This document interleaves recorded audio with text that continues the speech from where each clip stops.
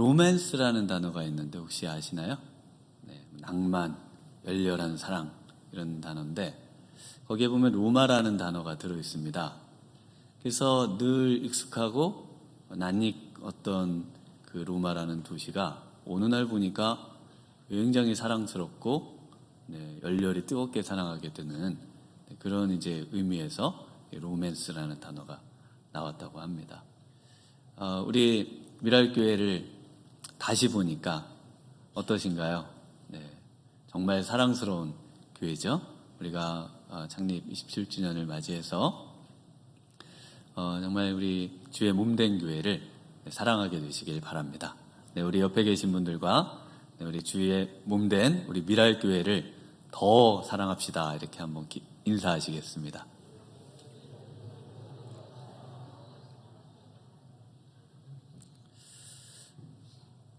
네, 우리 오늘 그 요한복음 17장은 전체가 예수님의 기도입니다. 처음부터 끝까지 예수님의 기도로 되어 있어요. 그래서 이 기도를 우리가 어떻게 하는 것일까? 또 기도란 무엇인가? 또 무엇을 위해 기도해야 할 것인가? 기도의 형식은 있는가? 우리의 신앙생활의 가장 중추적인 이 기도의 핵심적인 내용들이 오늘 또 성경에 기록되고 있습니다. 또 우리 예수님의 기도를 통해서 우리가 이것들을 살펴볼 수 있겠습니다. 먼저 우리 유대인들은 어떻게 기도하는지 한번 보도록 하겠습니다. 유대인들은 기도의 그 장소를 이제 성전으로, 그래서 성전을 향해서 기도하고 성전에서 기도하는 것을 가장 이제 최고의 그런 기도의 장소로 여기죠. 그래서 우리 예수님 당시에 그 돌 하나도 돌 위에 남겨지지 않겠다고 하셨던 예수님 말씀처럼 예루살렘 성전이 다 회파되는데요. 그런데 성전에 남아있는 부분이 있습니다. 그 남아있는 부분이 지금 통곡의 벽이라고 불리는 지난 시간에 에락사 사원과 황금돈 그 사이에 보시면은 그 긴 벽이 환하게 비춰져 있는 곳이 있는데요. 그곳이 유대인들이 최고의 기도의 장소로 치는 통곡의 벽이라고 불리는 곳입니다. 그래서 그 성전의 지하 부분, 그러니까 성전의 아랫부분은 돌 위에 돌 뭐 이렇게 무너뜨릴 수가 없잖아요. 그 남겨진 부분에서 이제 그곳을 이제 지상처럼 만들어서 그곳에서 기도하고 그 위에는 이제 중축을 한 그런 형태가 되겠습니다. 그래서 유대인들은 저곳에서 성전이 파괴된 것과 나라를 잃은 것과 이런 것들을 가지고 기도했다 해서 이제 통곡의 벽이다 이렇게 불려지는 곳입니다. 그 다음에 보시면은 유대인들이 그 최고의 장소로 치는 곳은 또 성전에 나머져 있는 부분인데요. 유대인들이 기도할 때 쓰는 용구들이 좀 나와 있습니다. 일단 유대인들은 항상 머리에다가 키파라고 하는 빵떡모자 같은 조그만한 손바닥만한 거를 씁니다. 그래서 키파라고 불리는데요. 그 의미는 너 위에 하나님이 있음을 알라 이런 의미로 머리에다가 이제 조그만한 동그란 모자를 하나 씁니다. 그리고 지금 보시면은 머리에 이렇게 이마에 뭐 함 같은 게 하나 달려 있지 않습니까? 그리고 잘 보이실지 모르겠습니다만은 그 팔에 왼팔에 가죽끈 같은 게 감겨져 있습니다.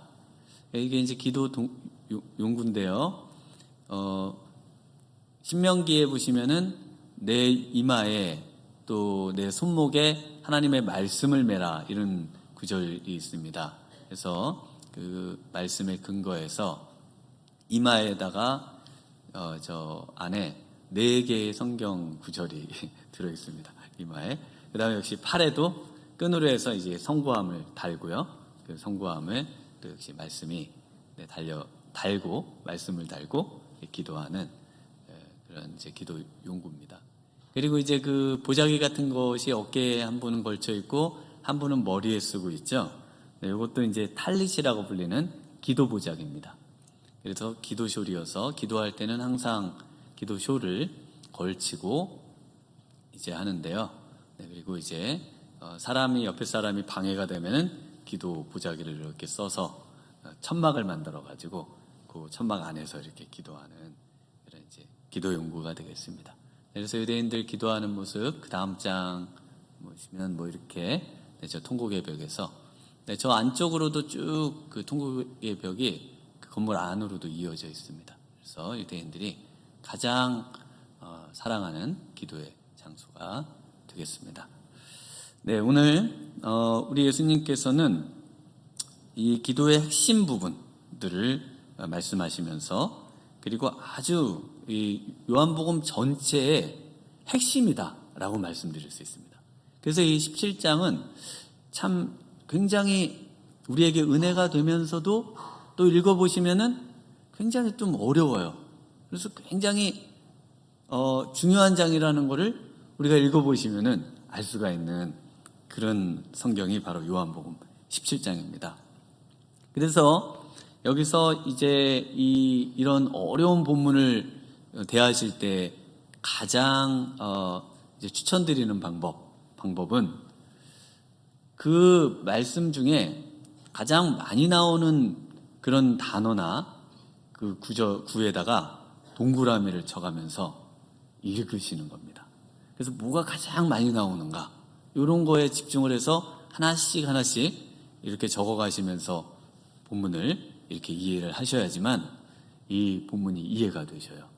그래서 오늘 이 본문을 저도 여러 번 아주 다른 본문 읽을 때보다 한 4-5배는 더 많이 읽은 것 같아요. 그래서 여기 이 본문을 보면은 가장 많이 나오는 말씀이 뭐냐면요.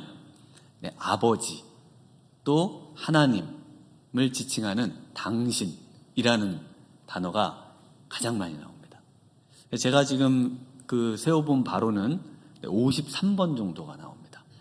그 말에 그렇게 많이 나옵니까? 이렇게 하실 수 있는데 좀 그렇게 많이 나옵니다. 그 다음에 많이 나오는 게 또 뭐냐면은 예수님을 지칭하는 단어가 그 다음 가장 많이 나옵니다. 1절에는 아들, 또 예수 그리스도, 특별히 내게 이런 이제 표현들로 나오는데 역시 53번이 나옵니다.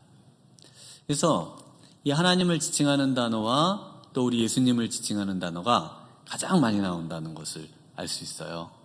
그 다음 많이 나오는 단어가 뭘까요? 그 다음 많이 나오는 단어가 중요하겠죠? 그 다음 많이 나오는 단어가 그들이라는 단어입니다. 그들. 그래서 제자들을 가리키고 또 20절에는 그들의 말로 말미암아 나를 믿는 사람들을 포함한 우리를 가리키는 그런 대명사 지칭하는 단어인 그들이라는 단어가 40번 나옵니다. 40번 정도 나옵니다. 그래서 예수님 그리고 하나님 그리고 우리 그러니까 그들이 이렇게 3개가 나와요. 그래서 이 17장을 가리켜서 대제사장적 기도다 이렇게 부르거든요. 왜냐하면은 우리와 하나님 사이에 예수님께서 우리를 위해서 기도해 주시는 내용이다라는 거예요. 그러니까 이제 왜 대제사장적 기도인지 정확하게 아시겠죠? 그리고 실제로 그게 거의 이 본문에 아주 핵심적인 그런 내용들을 차지하고 있다는 것입니다. 예수님은 이때도 기도하셨고 지금도 천국에서 하늘로 승천하신 이후에도 우리를 위해서 기도하고 계시다고 성경에서 말하고 있습니다. 예수님이 이제 하늘로 올라가셨는데 기도하실 게 있으신가? 어떻게 기도를 하신다고 하는가? 그래서 기도는 그만큼 우리 신앙생활에서 가장 중요하다고 할 수가 있습니다. 히브리서 7장 25절에 그러므로 자기를 힘입어 하나님께 나아가는 자들을 온전히 구원하실 수 있으니 이는 그가 항상 살아계셔서 그들을 위하여 간구하심이라. 예수님은 항상 살아계시면서 우리를 위해서 기도하고 계시는 분이십니다. 우리를 위해서 기도하시는 분이 누구시냐? 예수님이십니다. 그래서 제가 이제 불신 가정에서 처음 예수님을 믿고 이제 혼자 홀로 신앙생활을 꿋꿋이 하면서 이렇게 가족들도 전도하고 할 때, 나를 위해서 기도해 주는 분은 이렇게 없을까? 이런 이제 뭐 약간 마음에 서운함들이 있지 않았겠어요? 그때 가장 위로가 됐던 말씀이 예수님이 나를 위해 기도하고 계시다. 그래서 혹시 외롭게 신앙생활하는 분이 계시다면은 예수님이 우리를 위해서 지금도 정말 마음을 다해서 기도해 주고 계시다라는 것으로 위로를 받으시기 바랍니다. 예수님께서는 지금도 기도하고 계시지만 이 땅에 사실 때 늘 기도하셨습니다. 누가복음 22장 39절에 보면 예수께서 나가사 습관을 따라 감람산에 가심에 제자들도 따라갔더니 그곳에 이르러 그들에게 이르시되 유혹에 빠지지 않게 기도하라 하시고 그들을 떠나 돌 던질 만큼 가서 무릎을 꿇고 기도하여. 그래서 제자들이 예수님을 보니까 늘 기도하시거든요. 그래서 예수님께 기도를 우리에게도 좀 가르쳐 주세요. 그래서 예수님이 가르쳐 주신 기도가 주기도문이라고 우리가 이제 늘 암송하고 또 늘 외우는 그런 기도가 있습니다. 예수님은 무엇을 위해 기도하셨을까요? 네, 그리고 우리는 무엇을 위해 기도하며 살아야 할 것인가? 네, 이것이 오늘 본문의 주제가 되겠습니다. 네, 첫 번째로 우리 무엇을 위해 기도해야 할 것인가? 네, 영생을 위해 기도해야 한다라고 말씀을 하십니다. 우리 1절과 2절 함께 읽어보겠습니다. 예수께서 이 말씀을 하시고 눈을 들어 하늘을 우러러 이르시되 아버지여 때가 이르렀사오니 아들을 영화롭게 하사 아들로 아버지를 영화롭게 하게 하옵소서. 아버지께서 아들에게 주신 모든 사람에게 영생을 주게 하시려고 만민을 다스리는 권세를 아들에게 주셨음이로소이다. 네, 예수님이 기도를 먼저 기도의 형식에 관해서 보면요, 예수님이 기도를 하시는데 눈을 들어 하늘을 우러렀다 이렇게 표현되고 있습니다. 네, 눈을 들어 하늘을 우러렀다는 것은 눈을 뜨고 기도하신 걸까요? 눈을 감고 기도하신 걸까요? 네, 이 지금 눈을 들어 하늘을 우러렀다라는 표현은 눈을 뜨고 기도하신 겁니다. 그래서 요한복음 4장 35절에 너희가 넉 달이 지나야 추수할 때가 이르겠다 하지 아니하느냐? 그러나 나는 너희에게 이르노니 너희 눈을 들어 밭을 보라. 희어져 추수하게 되었도다. 그래서 눈을 든다는 것은 눈을 뜬다는 겁니다. 그래서 어떤 것을 바라볼 때 눈을 들어 바라봐라 이렇게 이제 하는데 바로 눈을 들어서 하늘을 보면서 기도를 하셨다라고 되어 있습니다. 요한복음 6장 5절에도 그렇습니다. 예수께서 눈을 들어 큰 무리가 자기에게로 오는 것을 보시고 빌립에게 이르시되 우리가 어디서 떡을 사서 이 사람들을 먹이겠느냐 하시니. 그래서 기도에서 중요한 것은 통곡의 벽에 가서 기도하든 보자기를 쓰고 기도하든 뭐 가죽을 칭칭 감든 뭐 이런 어떤 형식에 대해서 성경은 그리 강조하지 않습니다. 눈을 감고 기도하든 눈을 뜨고 기도하든 무릎을 꿇고 기도하든 서서 기도하든 중요한 건 뭘까요? 기도하는 겁니다. 기도하는 게 제일 중요해요.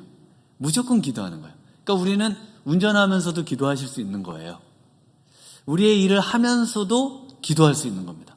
왜냐하면 눈을 감아야만 기도한다 그러면 눈을 감아야 기도가 되는데 눈을 못 감는 지금 내 상황에서 어떻게 기도하나 이런 생각하실 수 있잖아요. 눈을 뜨고 우리 하늘을 우러르며 눈을 뜨고 하나님을 묵상하며 늘 기도로 나아갈 수 있다는 것이죠. 제가 한 번은 예전에 성경을 이렇게 읽으면서 예수님의 기도를 이렇게 또 집중적으로 공부를 했던 적이 있습니다. 또 열심히 또 예수님은 어떻게 기도하셨나? 보니까 예수님이 주로 밤에 기도하신 거예요. 밤에. 그것도 한 자정쯤 되는 것 같아요. 성경을 계속 이렇게 보고 하니까 하시다가 밖에 나가서 기도하셨는데 제자들이 찾으러 오는 걸 보니까 밤을 새면서 막 기도하시는 거예요. 그래서 이 밤에 기도를 해야 되나 보다. 그래가지고 12시에 저희 졸린 아내를 막 데리고 12시에 12시에 예수님 기도하셨는데 우리도 12시에 기도해야 된다. 그래가지고 졸린데 12시에 그 많고 많은 시간 다 냅두다가 그 시간에 자면 안 돼. 12시에 나가서 예수님처럼 우리도 기도를 해야 돼. 그래가지고 끌고 나가서 기도하다가 얼마나 피곤했는지 모릅니다. 그래서 자세히 보니까 예수님이 항상 기도하시고 기도할 시간이 그 시간밖에 안 돼서 그 시간이라도 이렇게 기도하시고 했던 것이지, 그 많은 시간 냅두고 꼭 그 시간에 가가지고 12시에 가서 기도해야 된다, 이런 거는 없는 거예요. 없다는 거를 제가 그래서 나중에 다시 깨달았습니다. 뭐 이런 이제 시행착오를 거쳐가면서 우리가 신앙이 좀 더 좋은 쪽으로 가야 되는 것이죠. 그래서 또 기도가 끝나면은 예수님의 이름으로 기도합니다. 아멘. 그래서 어떤 분은 이 예수님으로 이름으로 기도합니다를 안 하면은 기도가 다 무효다, 이렇게 또 생각하시는 분들도 있으세요.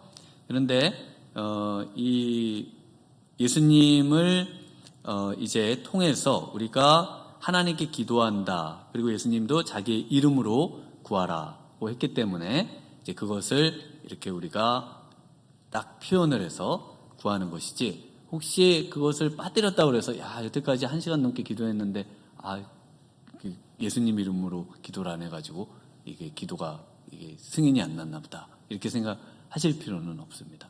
이렇게 우리가 기도를 함께 공적으로 할 때는 함께 마치겠다고 하는 표시인 거예요. 그래서 이제 기도를 이분이 마치시는구나. 그래서 우리가 아멘으로 모두 다 함께 마치는 것이고요. 그래서 많은 기도문에는 예수님의 이름으로 기도합니다가 없이 그냥 아멘으로 끝나는 것이 있습니다. 예전에는 저도 이 기도문들을 보다 보면은 유명한 분이 기도를 했는데 아멘으로 끝나더라고요. 아니, 예수님의 이름으로 기도 안 하는 이 기도는 이건 다 무효 아니야, 이거. 무효. 이거는 다 기도가 이렇게 아무리 수려하고 화려해도 예수님의 이름이 안 들어가서 이거는 기도가 무효다.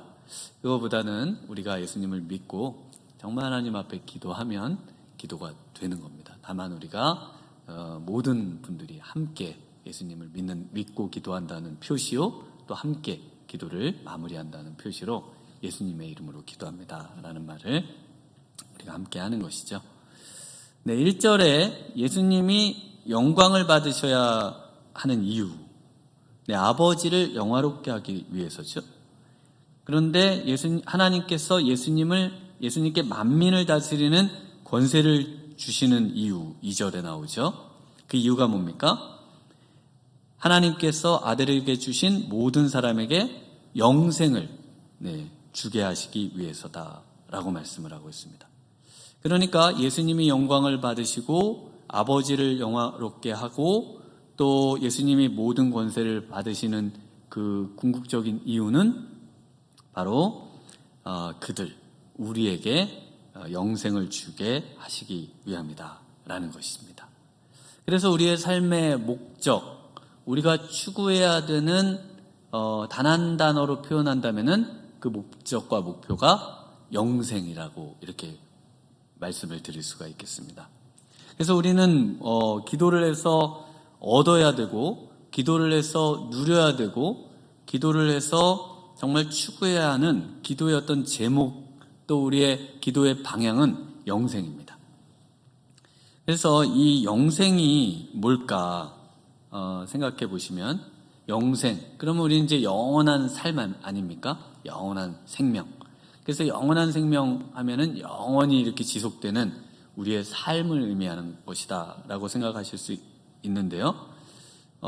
열혈사제라고 제가 예전에도 본 그 드라마에 보니까 예전에 특수부대 소속이었던 분이 이제 카톨릭 사제가 된 거예요. 그래서 이제 사제로서 살려고 하는데 세상이 너무 불의해서 막 엄청나게 잘 싸우는 그런 걸로 이제 막 사람들을 막 처단하면서 이러는 그런 내용의 드라마였는데, 거기에 이제 타락한 형사에게 당신은 지옥 갈 거라고 하면서 지옥을 설명하는데요. 거기에서도 이렇게 설명을 하더라고요. 지옥은 당신의 지금 모습의 무한 반복이다. 그러니까 이 형사가 엄청나게 힘들어합니다. 나같이 이렇게 비참한 삶이 무한 반복된다면 난 정말 지옥에 가고 싶지 않다, 그러면서 아주 끔찍한 삶을 지옥의 이 무한반복, 삶의 무한반복을 이야기하는데 이것도 이제 영원한 삶인 것이죠. 영원한 삶인 것입니다. 근데 우리 예수님께서 영생이라고 할 때 영생이 뭔가를 3절에서 명확하게 말씀을 해주십니다. 우리가 3절을 같이 한번 읽어보겠습니다. 영생은 곧 유일하신 참 하나님과 그가 보내신 자 예수 그리스도를 아는 것이니이다. 그래서 영생은 이게 정말 중요하잖아요. 영생은 하나님과 예수님을 아는 것이다 라고 말하고 있습니다. 그러면 이 안다는 것, 우리는 이제 안다는 것 하면은 전부 이 어떤 사물, 지식 이런 것을 아는 것으로 생각을 합니다. 그런데 원래 그 히브리 또 유대 또 성경, 구약 성경의 관점에서 보면은 이 안다는 말을 사람한테 쓰면 좀 조심해서 써야 되는 말입니다. 사람한테는. 그래서 이 아담이 창세기에 보면 아담이 자기 아내와 동침하매라고 했을 때 아담이 자기 아내를 알매 이렇게 되어 있는 단어입니다. 그러니까 안다는 말은 동침하다라는 말하고 같은 단어예요. 그러니까 우리 성경에 이렇게 잘 기록을 해놓으셨죠. 그리고 이제 아들을 낳고 그리고 이 부부 사이의 친밀함을 나타내는 아주 그 인간과 인간 사람의 어떤 인격과 인격의 최고의 친밀함을 표현하는 단어가 안다라는 표현입니다. 창세기 19장에도 가서 보면은 소돔 사람들이 롯을 방문한 그 천사들이 있지 않습니까? 이제 소돔과 고모라를 멸하러 온 천사들. 근데 그 천사들을 찾아와서 이렇게 말을 합니다. 롯을 부르고 그에게 이르되 오늘 밤에 내게 온 사람들이 어디 있느냐? 이들을 이끌어내라. 우리가 그들을 상관하리라. 그래서 상관하리라라는 말이 그들을 알리라 이렇게 되는 단어입니다. 그러니까 알리라라고 하는 말이 상관하다라는 의미를 갖는 겁니다. 그러니까 이런 의미를 갖는 말을 지금 요한이 하나님과 예수님을 아는 것이 영생이다라고 쓰고 있다는 겁니다. 굉장히 좀 이걸 어떻게 이런 표현들을 쓸 수 있느냐 이렇게 생각하실 수 있는데 지금 이 표현들을 쓰고 있어요. 그래서 제가 처음에 이제 히브리어를 처음 막 배울 때 이제 잘 모르니까요 안다는 말을 이제 배웠습니다. 이 말을. 그래가지고 우리 옆에 있는 분한테 나는 누구를 알아 막 하면서 이렇게 막 얘기를 할 거 아니에요. 그랬더니 막 난감해하고 난색을 표현하면서 이 말은 그 사람한테 쓰는 게 아니다. 그리고 이제 제가 그때는 남자를 막 안다 막 이 말을 막 썼더니 그럼 이제 약간 동성애자 같은 표현이 되는 거예요. 이 표현이. 그러니까 그렇게 하는 게 아니고 사람을 표현할 때는 이 야다 요데아라는 말을 쓰는 게 아니라 마키르라는 말을 쓰는 이제 다른 표현을 쓴다라고 이제 알려주더라고요. 그래서 이 사람에게 이 말을 쓴다고 할 때는 가장 친밀한 사람에게만 쓸 수 있는 겁니다. 가장 부부관계나 이런 아주 정말 사랑의 그 연인들 사이에서만 쓸 수 있는 표현이지 이것도 아무한테나 쓸 수 있는 것이 아니에요. 그래서 지금 2절과 3절에 바로 이 영생 그리고 영생 하나님과 예수님을 아는 그 친밀함 그런 알미 바로 이 17장의 전체를 이렇게 묶고 있습니다. 그래서 마지막 한번 볼까요? 우리 25절과 26절 우리가 성경이 좀 본문이 길어서 다 읽진 않았습니다. 우리 25절과 26절을 한번 같이 읽어보겠습니다. 의로우신 아버지여 세상의 아버지를 알지 못하여도 나는 아버지를 알았사옵고 그들도 아버지께서 나를 보내신 줄 알았사옵나이다. 내가 아버지의 이름을 그들에게 알게 하였고 또 알게 하리니 이는 나를 사랑하신 사랑이 그들 안에 있고 나도 그들 안에 있게 하려 함이니이다. 표현들이 조금 이제 그들 안에 있고 이렇게 좀 어려운데요. 정말 그 친밀한 알므로 알게 돼서 그래서 하나님을 깊이 사랑하고 하나님의 그 깊은 사랑을 받는 그런 아주 친밀한 관계가 되게 하옵소서라고 이렇게 이해를 하시면 됩니다. 그러니까 굉장히 그 영생이라고 하는 것을 위해서 예수님이 지금 앞부분부터 끝에 기도하고 계시다는 것을 알 수가 있으시겠죠. 네, 그래서 영생은 사랑에 빠지는 겁니다. 누구와 사랑에 빠지는 걸까요? 하나님과 예수님과 사랑에 빠지는 거예요. 그래서 우리가 구원을 얻고 이제 구원을 얻어서 우리가 할 수 있는 그 내용이 뭐냐면 하나님과 사랑에 빠지는 겁니다. 하나님을 사랑하는 거예요. 하나님을 사랑하게 되도록 하는 겁니다.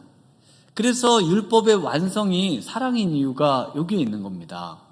율법은 우리가 하나님을 사랑하려면 어떻게 해야 되는지를 적어 놓은 거예요. 그래서 율법은 우리에게 하나님을 잘 사랑할 수 있는 방법들을 알려주는 겁니다. 그러니까 하나님의 그 율법은 지키기 어려운 게 아니에요. 사랑하기 때문에 사랑하는 사람을 위해서 최고의 것을 주기를 원하는 것처럼 그 사랑하는 대상 하나님을 위해서 그것을 하고 그 이상을 하고자 하는 열망이 그 사랑하는 바로 신자들 안에는 넘쳐나는 겁니다. 넘쳐나는 거예요.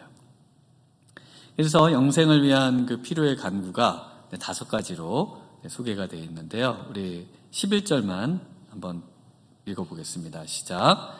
나는 세상에 더 있지 아니하오나 그들은 세상에 있사옵고 나는 아버지께로 가옵나니 거룩하신 아버지여 내게 주신 아버지의 이름으로 그들을 보존하사 우리와 같이 그들도 하나가 되게 하옵소서. 네, 그래서 이 부부관계와 같이 하나님과의 관계가 끊어지지 않도록 하기 위해서 기도를 하는데요. 그 기도하면서 구해야 되는 내용들이 소개가 되고 있습니다. 네, 첫 번째는요, 보존하옵소서. 네, 보존.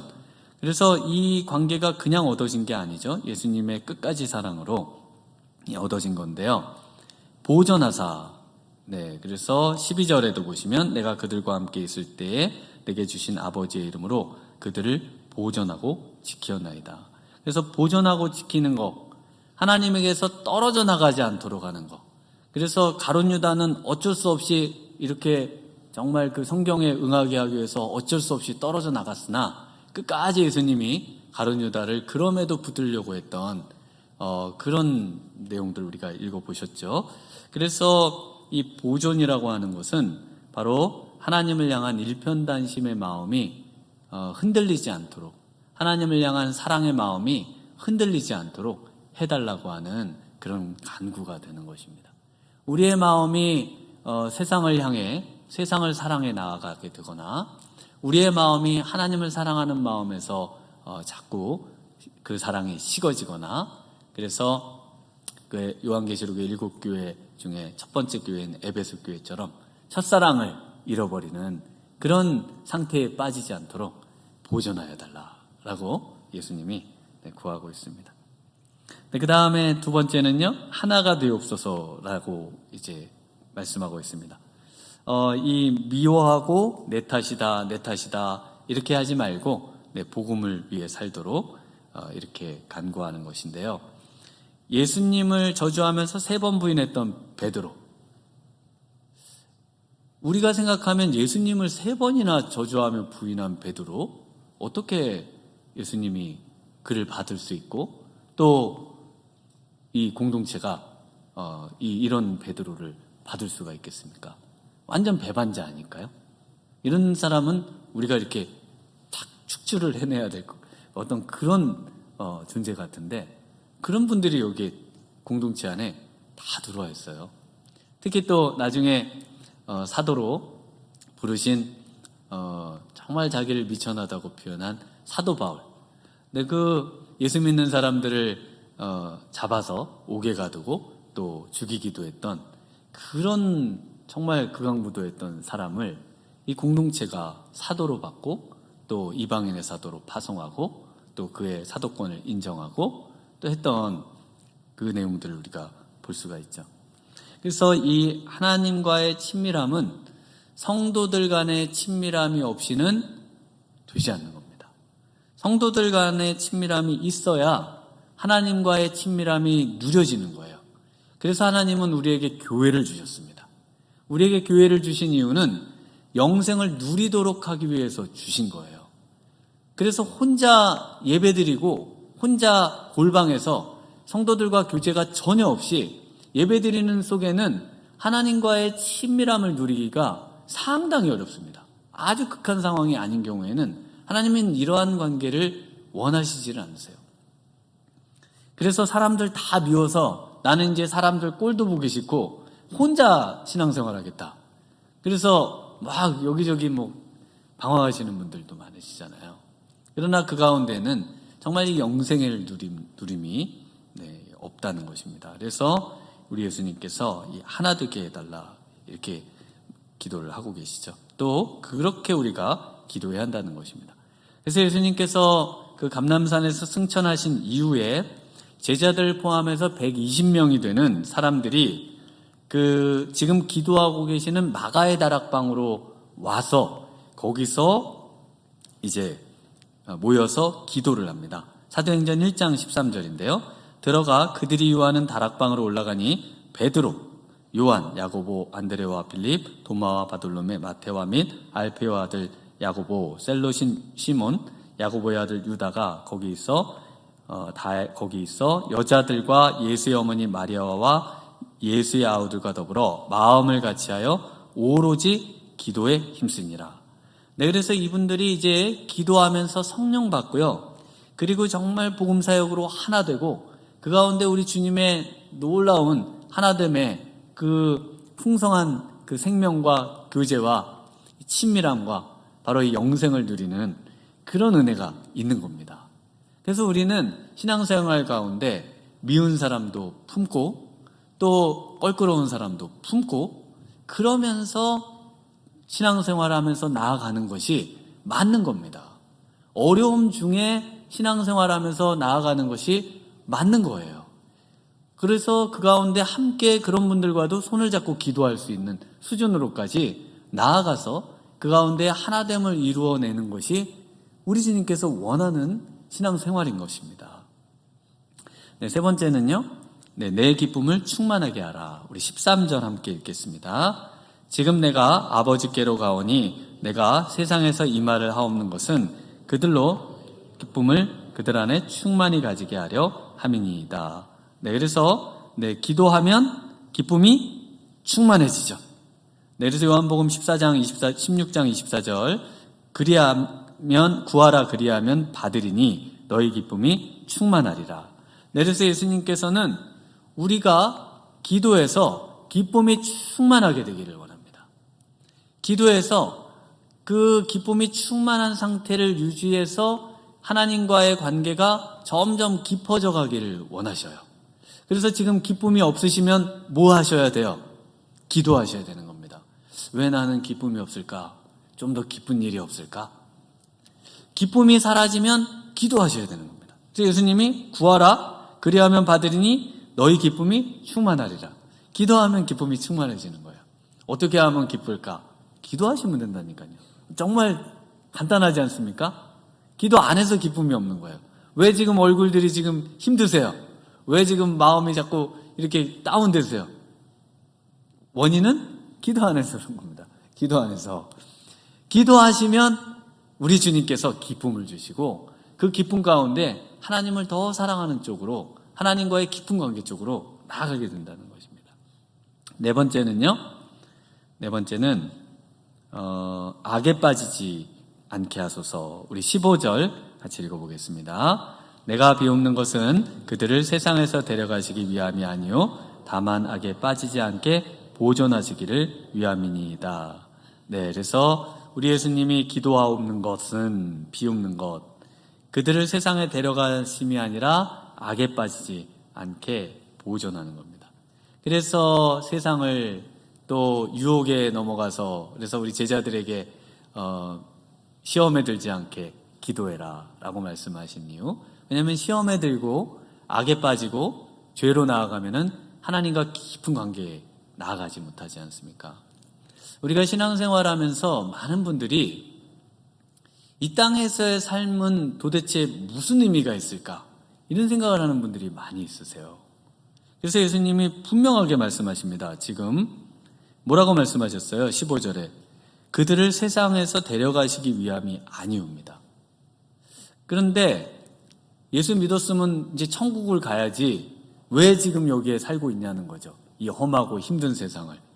그러면서 이 세상에 대한 이제 나를 데려가시옵소서 라고 하는, 이런 나를 데려가시옵소서라고 하는 것은 요즘 큐티에 보면은 엘리야가 믿음이 많이 떨어졌을 때, 우울함에 빠졌을 때, 그때 여러분도 어렵고 힘든 일이 닥치면 나를 데려가시옵소서 이러시지, 기분 좋고 행복하고 살기 좋을 때는 어떠세요? 뭘 데려가십니까? 그런 기도 안 하시잖아요. 그래서 이렇게 나를 데려가 달라는 것은 정말 세상적인 생각입니다. 그래서 어떤 사이비 종교에서는 집단적으로 이렇게 집단 자살 이렇게 하는 분들도 있었어요. 예수님을 믿고 천국에 가야 되니까 다 이 세상의 삶은 필요가 없다 이렇게 생각을 하는 것이죠. 그런데 예수님은 뭐라고 하시냐면은 바로 이 땅에서 악에 빠지지 않고 죄에 빠지지 않고 시험에 빠지지 않고 그리고 하나님과의 관계를, 정말 깊은 관계를, 영생을 누리면서 오래오래 살라고 말씀하고 계십니다. 오래오래 이 땅에서 하나님과의 그 친밀함을 누리면서 영생을 사는 겁니다. 그리고 하나님께서 오라고 하실 때만 가는 거예요. 오라고 하실 때만 가는 거지, 내가 막 가겠다 그러고 내가 가려고 막 내 몸을 상하게 하고 하는 것은 하나님의 뜻이 아닌 것입니다. 네, 그 다음에 5번째는요, 진리로 거룩하게 하옵소서. 우리 17절 같이 읽습니다. 그들을 진리로 거룩하게 하옵소서. 아버지의 말씀은 진리니이다. 네, 이것은 말씀을 가까이 하는 삶, 바로 말씀을 가지고 기도하는 삶을 사는 것, 이것이 하나님과의 친밀함을 누리는 그런 방법이다. 그러니까 여러분이 하나님을 사랑하면 말씀을 사랑하게 돼 있어요. 그래서 저는 항상 제가 하나님을 사랑하는 그 표준을 항상 어디에 두냐면, 내가 오늘도 말씀을 사랑하는가? 에다가 둡니다. 그래서 내가 오늘도 말씀을 읽고 싶은가? 내가 정말 하나님의 말씀의 그 내용을 좀 더 깊이 알고 싶어 하는가? 이걸로 제가 하나님을 사랑하는 것에 대한, 그래서 성경이 좀 내게서 멀어진다 싶으면 굉장히 위험함을 느끼고, 또 이거 지금 내가 하나님의 그 관계에서 떨어져 나가려고 하는 위험함이 있다, 이런 것을 스스로 이렇게 자각을 하고 합니다. 그래서 하나님을 사랑하면 말씀을 사랑하게 되어 있어요. 희한합니다. 그래서 기도하고 막 은혜 받고 그러시면 왠지 말씀이 더 읽어지고 싶고 말씀을 가까이 하고 싶고 왠지 내 성경이 더 사랑스러워 보이고 막 그렇잖아요. 근데 그게 성경의 원리입니다.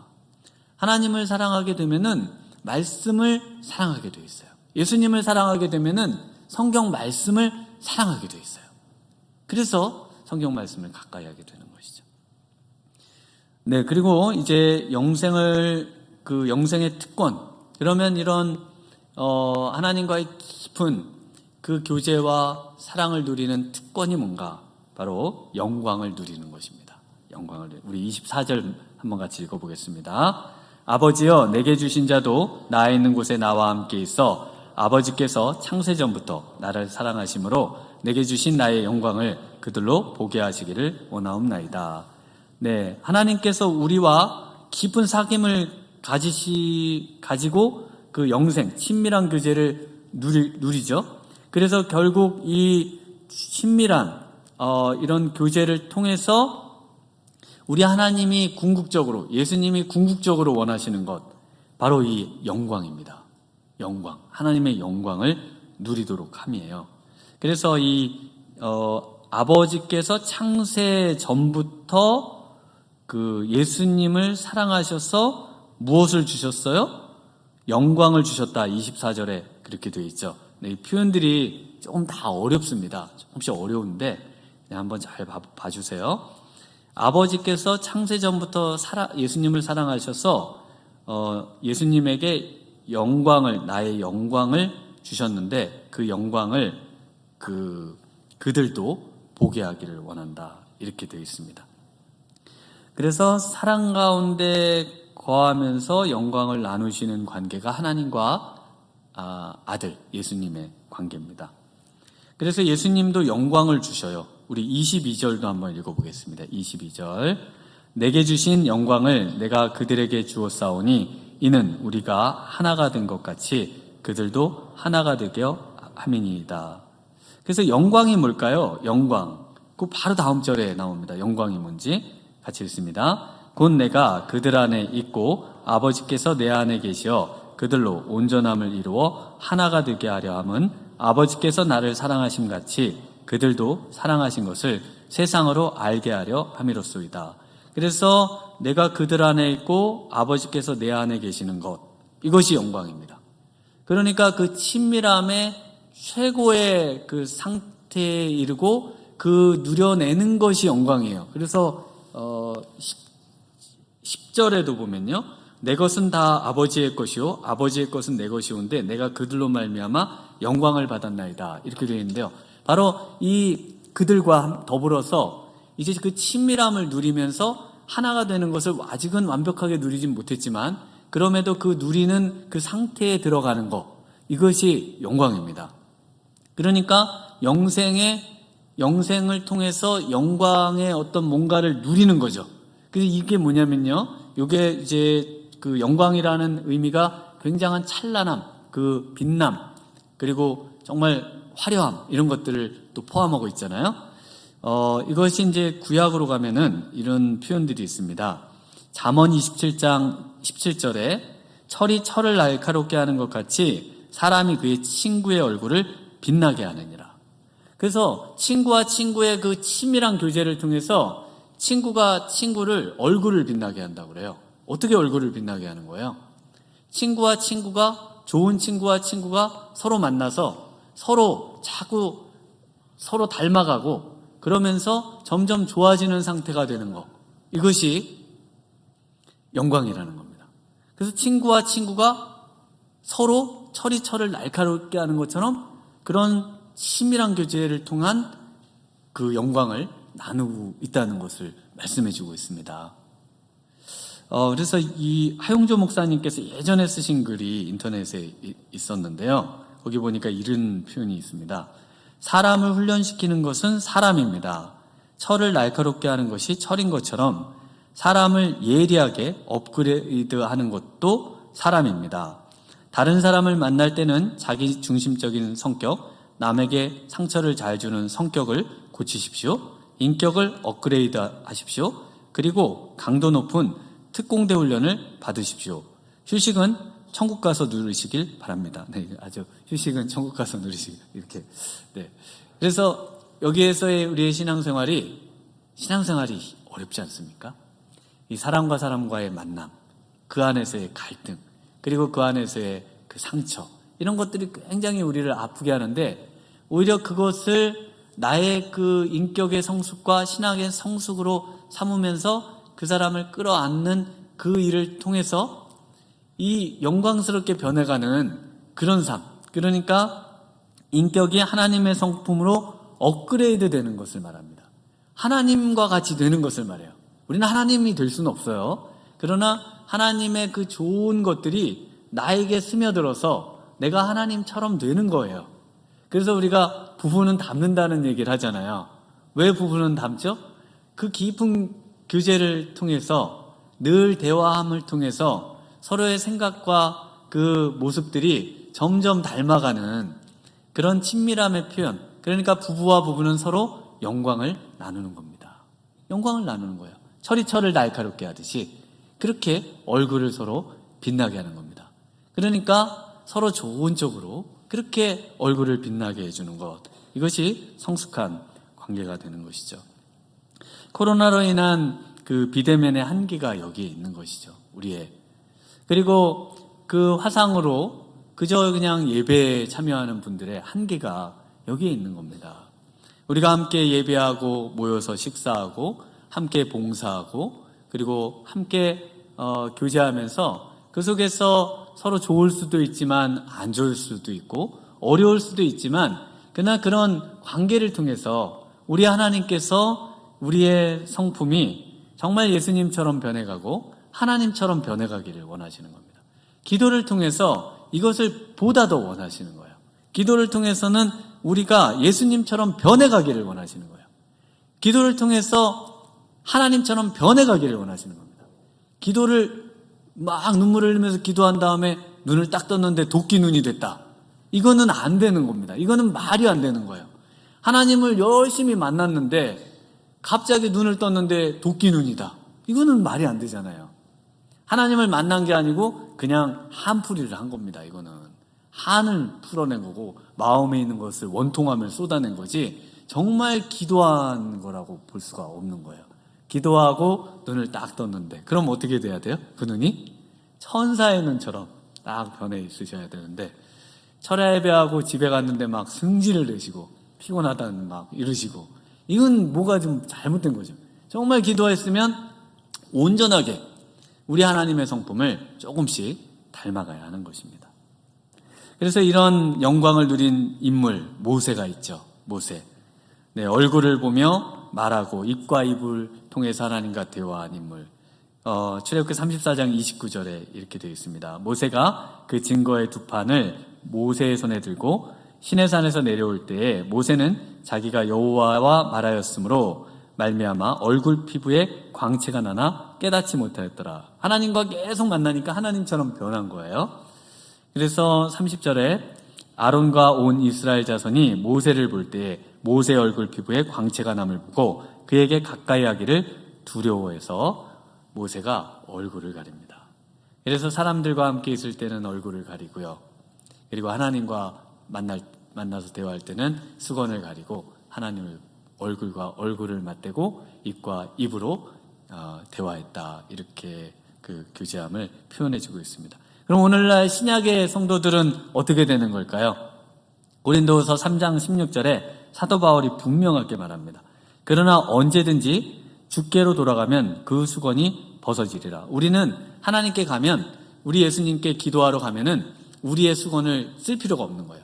벗고 항상 하나님과 독대할 수 있는데 주는 영이시니 주의 영이 계신 곳에는 자유가 있느니라. 우리가 다 수건을 벗은 얼굴로 거울을 보는 것 같이 주의 영광을 보매 그와 같은 형상으로 변화하여 영광에서 영광에 이르니 곧 주의 영으로 말미암음이니라. 영광에서 영광에 이르는 겁니다. 기도를 통해서 최종적으로 우리 하나님께서 원하시는 것이 있다면은 영광에서 영광으로 변하는 거예요. 하나님의 그 형상에서 하나님의 보다 풍성한 형상, 하나님을 보다 닮은 형상으로 변화되어 가는 것. 이런 복된 삶이 우리 모든 성도님들에게 있기를 주님의 이름으로 축원합니다. 기도하시겠습니다. 하나님 아버지, 오늘 이 아침에 우리 예수님의 기도를 통해서 우리의 신앙생활을 통해 추구해야 할 것, 정말 우리 하나님께서 원하시는 삶이 무엇인지를 배우고 듣습니다. 하나님 아버지, 우리의 삶이 영생을 추구하게 하시고 영생, 우리 하나님과의 깊은 교제를 통해 우리 하나님의 영광을 누리고 하나님의 영광스러운 성품과 영광스러운 모습으로 변화되는 복된 저희들 되도록 주님께서 은혜 주시기를 간절히 소망하옵고 예수님 이름으로 기도드리옵나이다.